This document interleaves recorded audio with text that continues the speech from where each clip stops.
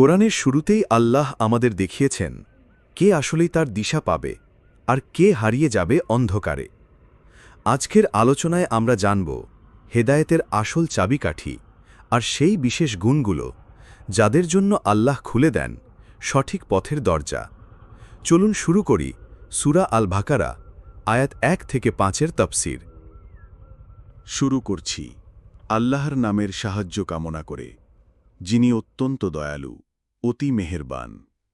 আলিফ লাম মিম। এই কিতাবই প্রকৃত কিতাব, এতে কোনো প্রকার সন্দেহ নেই। এটা মুত্তাকি অর্থাৎ পরহেজগারদের জন্য পথ নির্দেশক, যারা অদৃশ্যে বিশ্বাস রাখে, যথাযথভাবে নামাজ আদায় করে এবং আমি তাদেরকে যে জীবিকা দিয়েছি তা থেকে ব্যয় করে, এবং যারা বিশ্বাস করে এই কিতাবকে যা তোমার প্রতি অবতীর্ণ হয়েছে এবং সেই সব কিতাবকে যা তোমার পূর্বে অবতীর্ণ হয়েছে, আর আখিরাতের প্রতি যারা নিশ্চিত বিশ্বাস রাখে, তারাই স্বীয় প্রতিপালকের পক্ষ থেকে প্রাপ্ত হেদায়েতের ওপর প্রতিষ্ঠিত এবং তারাই সফলতা লাভকারী। এখন আমরা জানব সূরা আল বাকারা আয়াত 1 থেকে 5-এর শিক্ষা ও বিধান। আল্লাহর কিতাব সন্দেহের ঊর্ধ্বে। কেউ যদি এতে কোনো বিষয়ে সন্দেহ করে তবে সেটা হবে অমূলক এবং অবশ্যই সে সন্দেহ প্রত্যাখ্যাত। কোরআন থেকে হেদায়েত পেতে হলে অন্তরে থাকতে হবে পরহেজগারির চেতনা, অর্থাৎ আল্লাহর প্রতি মান্যতা ও ভয়।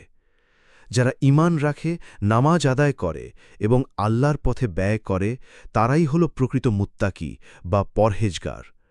আল্লাহ বলেন, আমি তাদেরকে যে জীবিকা দিয়েছি তা থেকে ব্যয় করে। এখানে ইঙ্গিত করা হয়েছে আল্লাহর দেয়া সম্পদ থেকে ব্যয় করতে দ্বিধা করা অযৌক্তিক, কারণ সম্পদ তো মূলত তাঁরই দান। পূর্ববর্তী আসমানি কিতাবসমূহকেও বিশ্বাস করতে হবে যে সেগুলো আল্লাহর পক্ষ থেকে এসেছে।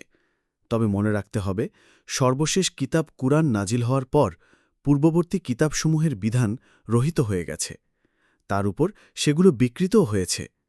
তাই এখন শুধু সর্বশেষ কিতাবেরই বিধান মানতে হবে।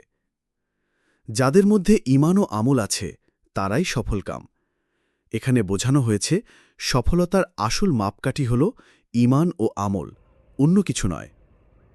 আয়াত 1 থেকে 5 আমাদেরকে শিখায় আল্লাহর কিতাবই হল হেদায়েতের প্রকৃত উৎস। সফলতা কেবল সেই মানুষদের জন্য যাদের হৃদয়ে আছে ঈমান, যাদের জীবনে আছে আমল। আসুন আমরা সবাই চেষ্টা করি মুত্তাকি হওয়ার, তাহলেই পাব আল্লাহর দিশা আর পরকালে চূড়ান্ত সফলতা। পরবর্তী তাফসীর জানতে চাইলে পাশে থাকুন।